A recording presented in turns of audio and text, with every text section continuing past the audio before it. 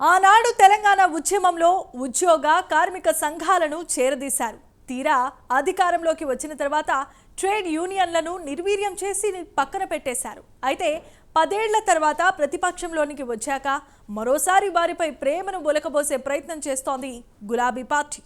ఆనాడు ఉద్యమంలో వారిదే కీలక పాత్ర అన్న విషయం 10 ఏళ్ల తర్వాత కానీ ఆ పార్టీకి బోధపడింది. అందుకే ఇప్పుడు కార్మిక సంఘాల మీద ఒక్కసారిగా ప్రేమను కురిపిస్తూ వారికి మద్దతుగా వరుస స్టేట్మెంట్స్ ఇస్తున్నారు.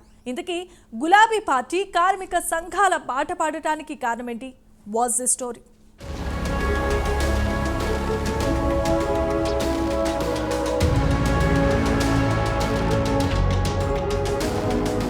తెలంగాణ ఉద్యమంలో గులాబీ పార్టీకి ఉద్యోగ కార్మిక సంఘాలు వెన్నుదన్నుగా నిలిచాయి. ఉద్యోగ సంఘాలతో పాటు ఆర్టీసీ, సింగరేణి కార్మికులు తెలంగాణ ఉద్యమాన్ని ఉవ్వెత్తుకు తీసుకువెళ్లిన ఘనత వారికే దక్కుతుందనడంలో ఎటువంటి సందేహం లేదు.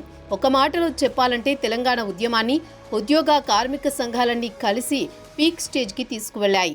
ఉద్యమ సమయంలో తెలంగాణకు మద్దతుగా కార్మిక సంఘాలను ఏర్పాటు చేసింది. ఉమ్మడి రాష్ట్రంలో బలంగా ఉన్న ఆయా యూనియన్లను చీల్చి వాటిని తమ పార్టీకి అనుబంధంగా మలుచుకోవడంలో గులాబీ పార్టీ సక్సెస్ అయ్యింది. ముఖ్యంగా సింగరేణి, ఆర్టీసీల్లో తమ కార్మిక సంఘాలను బలంగా తయారు చేసింది. సింగరేణిలో తెలంగాణ బొగ్గుగని కార్మిక సంఘం, ఆర్టీసీలో తెలంగాణ మజ్దూర్ యూనియన్ గులాబీ పార్టీకి అండగా నిలిచాయి. ఆశా వర్కర్లు, అంగన్వాడీ యూనియన్లలోనూ బీఆర్ఎస్ పట్టు సాధించింది.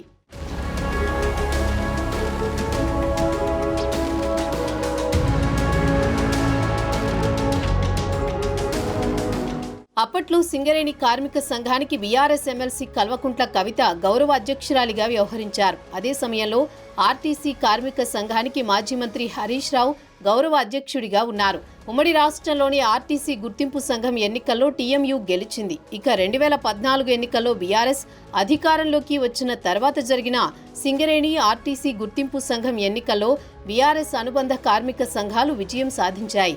కానీ ఆ తర్వాత కార్మిక సంఘాల నేతలను బీఆర్ఎస్ పెద్దగా పట్టించుకోలేదు. ఆర్టీసీ కార్మికులు సమ్మెకు వెళితే వారిపై ఉక్కుపాదం మోపారనే అపవాదు గులాబీ పార్టీకి ఉంది. ఆర్టీసీ కార్మిక సంఘానికి గౌరవ అధ్యక్షుడిగా ఉన్న హరీష్ రావు చేత కేసీఆర్ రాజీనామా చేయించారు. ఆర్టీసీలో కార్మిక సంఘాలను రద్దు చేస్తూ కేసీఆర్ నిర్ణయం తీసుకున్నారు.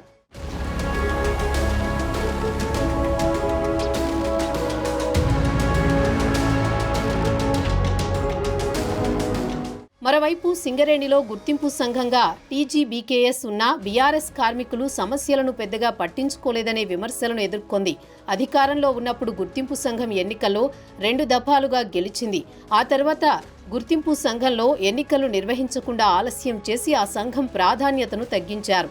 దీంతో సింగరేణి కోల్బెల్ట్ పరిధిలో 11 అసెంబ్లీ నియోజకవర్గాల్లో బీఆర్ఎస్ ఓడిపోయింది. అధికారంలో ఉన్నప్పుడు కార్మిక సంఘాలను నిర్వీర్యం చేయడం వల్లే కార్మికులు గులాబీ పార్టీకి దూరమయ్యారనే టాక్ అప్పట్లో సర్వత్రా వినిపించింది. తెలంగాణ ఏర్పాటుకు ముందు ఎవరికైతే ప్రాధాన్యత ఇచ్చి అండగా నిలిచారో తెలంగాణ ఉద్యమం ఏర్పాటు తర్వాత ఉద్యోగ కార్మిక సంఘాలను బీఆర్ఎస్ పూర్తిగా పక్కన పెట్టేసిందని అప్పట్లోనే సర్వత్రా విమర్శలు వెల్లువెత్తాయి.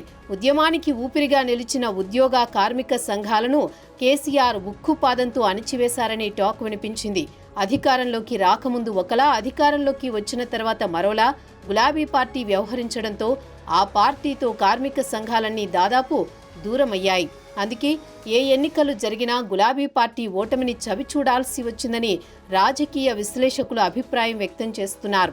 తెలంగాణ ఉద్యమంలో ప్రాణాలకు తెగించి మరీ పోరాటం చేసిన సంఘాలను ఆ తర్వాత వారిని కేసీఆర్ అస్సలు పట్టించుకోకపోవడంతో అన్ని వర్గాల నుంచి గులాబీ పార్టీపై విమర్శలు వెల్లువెత్తాయి.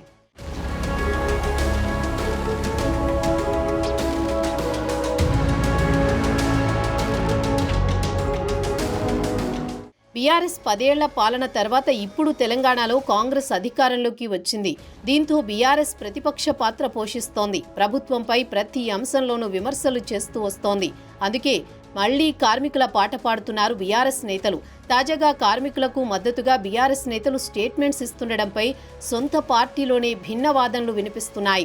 అధికారంలో ఉన్నప్పుడు కార్మికులు, కార్మిక సంఘాలను పట్టించుకుని ఉంటే ఇప్పుడు ఈ పరిస్థితి వచ్చేది కాదనే అభిప్రాయం వ్యక్తమవుతోంది. ఆర్టీసీని కాంగ్రెస్ సర్కార్ ప్రైవేటు పరం చేస్తోందనే అంశాన్ని బీఆర్ఎస్ ఎత్తుకుంది. ప్రైవేటీకరణ చేస్తే ఆర్టీసీ కార్మికులకు అండగా నిలబడతామని అంటోంది. ఇక రాష్ట్రంలో ఆశా వర్కర్లు, అంగన్వాడీలకు జీతాలు పెంచాలని కార్మిక విభాగం ఆధ్వర్యంలో బీఆర్ఎస్ ఆందోళన చేస్తోంది. ఆటో సంఘాలను యాక్టివ్ చేస్తున్నారు. మరోవైపు పార్టీ వర్కింగ్ ప్రెసిడెంట్ కేటీఆర్ సైతం కార్మిక సంఘాలు నిర్వహించే కార్యక్రమాలకు హాజరవుతున్నారు. ఇలా కార్మికులకు మళ్లీ దగ్గరయ్యేందుకు ఇప్పటి నుంచే ఎత్తుగడలు వేస్తున్నారు.